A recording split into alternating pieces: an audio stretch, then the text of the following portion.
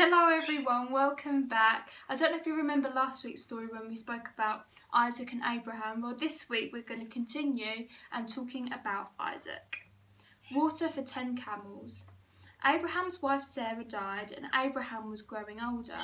He became nervous that his son Isaac should have a wife. He wanted to see his grandchildren before he died.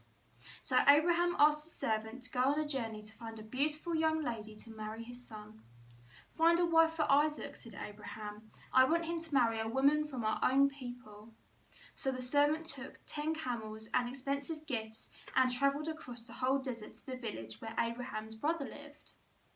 The servant reached a well and the sun started to set. He made his camels kneel down as the women were coming from their homes to get some water. Then Abraham's servant prayed, "Lord God of Abraham, be kind to us today so that we can find a good wife for Isaac. May she be the first woman who offers to get water for me and my camels." Before he had finished praying, a lady named Rebekah came to get water. Not only did she offer Abraham a drink, but she also offered to get water for his 10 camels.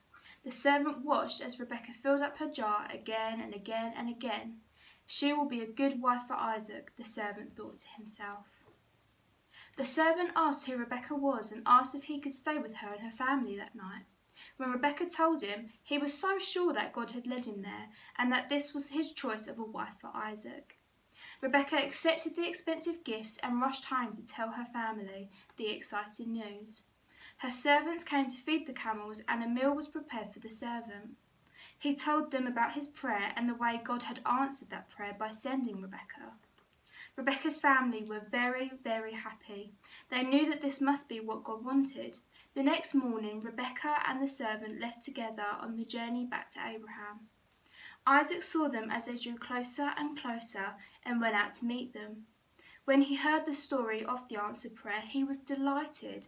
He married Rebekah and loved her very, very much. We don't need to worry about things.